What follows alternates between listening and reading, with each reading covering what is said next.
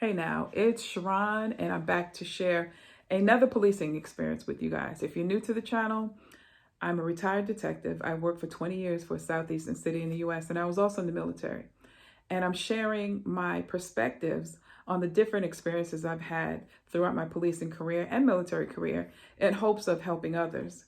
And with that being said, I want to talk to you today about trees. No, not weed, but the criminal justice tree, as it's referred to a lot of times because of the policing branch, the courts branch, and the corrections branch.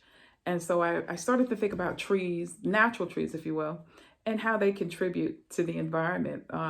We all know natural trees provide shade, they attract animals, birds, they keep the soil together. So it stops a lot of flooding, it provides oxygen. We all grew up knowing those things. And I said, okay, why is the criminal justice system referred to as a tree? Of course, the obvious, the three branches. And it's supposed to provide fair justice for all. And I know it doesn't.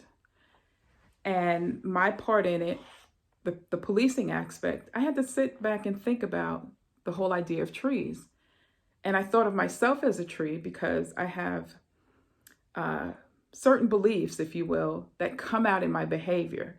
They're produced by my behavior. An example would be I value time. So I always arrive 10 to 15 minutes early or earlier, wherever I'm going. You could set your watch to me. Most of the time when I get up in the morning, I'm up probably by 4 or 5. I'm out walking and doing things because of what I believe about time. Another example may be some certain people have belief systems that you can tell by their behavior what they believe and value. I don't remember who said this, but he said, people will talk out of both sides of their mouths, but if you watch their behavior, you could tell what they believe. And that is so true.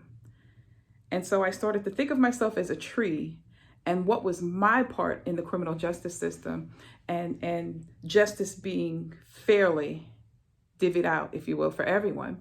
So I tried to do that within my little space and time while I was policing. But I also thought about some of the belief systems that were not healthy. I've been around folks that think to the extreme right, to the extreme left.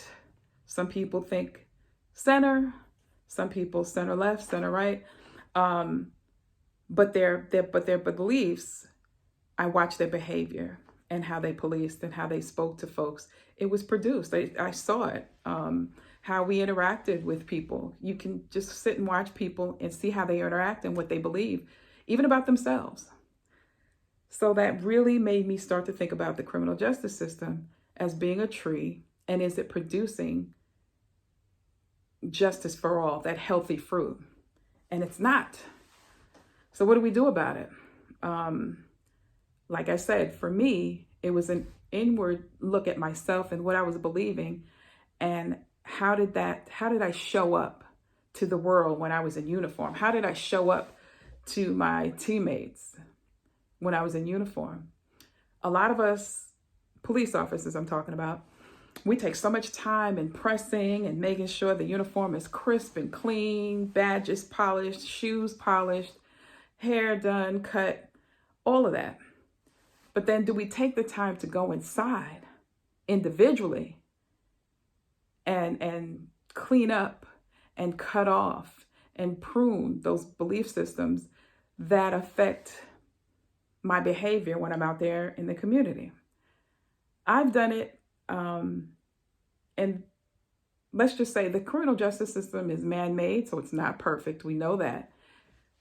But a lot of people, if you speak to them, always pro-police. I'm pro-police, but I'm also willing to admit the system needs to be retooled, and it can be fixed, but it has to stand on a foundation of accountability throughout everything, throughout policing, throughout the courts, throughout corrections. Until we do that, we're going to keep seeing justice unfairly divvied out. All right, it's just a thought. It's just my perspective.